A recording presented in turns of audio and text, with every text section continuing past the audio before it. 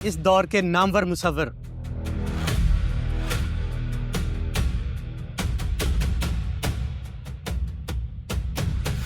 इन्होंने ये पेंटिंग हमारे क्लब को डोनेट की है। अस्सलाम वालेकुम। वालेकुम अस्सलाम। Nice to meet you. It's my pleasure. कैसे हैं आप? जी रहे हैं आपकी बादशाही में। शहर तो आपका है। माजरत से सर, शहर सबका है। हर फर्द बादशाही की अहमियत रखता है। Right man for the right job. Good to see. Please honour अस।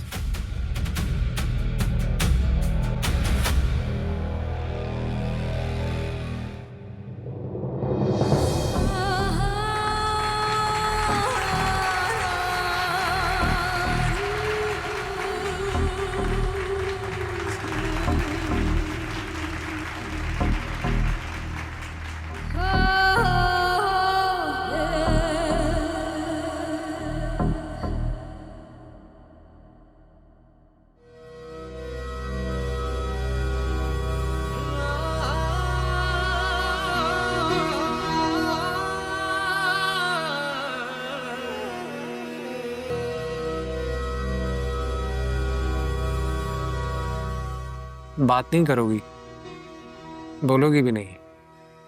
अबीरा बोलो तो सही। सॉरी।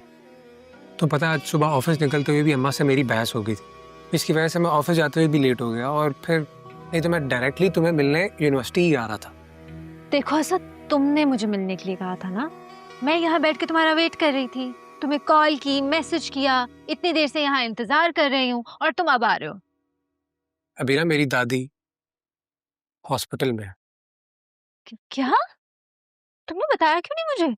ऐसा मैंने बॉस से कहा है। दादी तो कब की दागे जुदाई दे गई, पता नहीं, शायद 10 बरस, 10 महीने, 10 दिन हो चुके हैं। बस कर दो। पता है मुझे मेरा दिल बहलाने के लिए कह रहे हो। वाह, ये कैसे गेस किया आपने? मुझे आपकी यही बातें तो अच्छी लगती हैं। I am impressed. But I am not. तुम अपनी जॉब पर क्यों झूठ बोलकर आए हो असद? तुम्हें पता है फुप्पो जान क्या कह रही थी?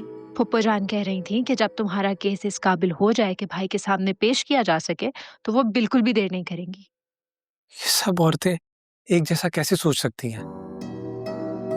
अम्मा भी यही कहती हैं कि एक बार तुम्हारी जॉब पक्की हो जाए तो मैं पक्का तुम्हारे रिश्ते की बात डीसी साहब से करूंगी। बहुत पकाते हो असद, कसम से। मेरे साथ रह के तो तुम लोकल लेवल पे आ गई हो, नहीं तो तुम मेरे साथ डीसी साहब की बहन बनकर ही बातें करती थी। अब हम एक काम करते हैं, कैंटीन जाते हैं, वहां से कॉफी लेते हैं, कॉफी एंजॉय करते हैं, और तुम पेंटिंग बनाना, मैं बैठ के तुम्हें देखूंगा। पेंट तो मैं अब अपने घर पे आराम से करूंगी। तुम्हें पता है भाई ने मुझे बहुत सारा मटेरियल ला के दिया है। डीसी साहब? ये भाई साहब में रिलैक्सेशन का फंक्शन कब से आ गया? शर्म करो थोड़ी, भाई है वो मेरे।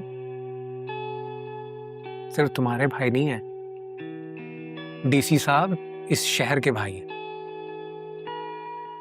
सीरियसली, अब तुम सुकून से अपना शौक पूरा कर सकती हो। हाँ ये तो है। अब मुझे देर तक यूनिवर्सिटी रुककर, घर वालों से छुपकर कुछ भी करने की जरूरत नहीं है। अब मैं आराम से अपने घर में बैठ के पेंट करूंगी, और ना ही मुझे शाहनवाज से मिलने की कोई जरूरत है। ये तो अच्छा हुआ कि वो इंसान हमारी जिंदगी से निकल गया, वरना मैं उसका वाकई मुंह तोड़ देता। हाँ लेकिन अब इस चीज की जरूरत नहीं है। चलो कैफे चलते हैं। ऑफिस तो नहीं जाना दोबारा? नहीं, दादी एक दिन तो हॉस्पिटल में रेस्ट करेंगी ना। ठीक है। चल चलो।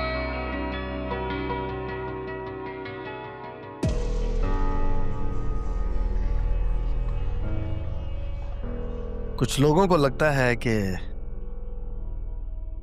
कोई उनकी जिंदगी से मुकम्मल तौर पर निकल गया है। हालांकि हकीकत यह है कि ना ही कोई जिंदगी से मुकम्मल तौर पर निकलता है और ना ही कोई मुकम्मल तौर पर जिंदगी में दाखिल होता है।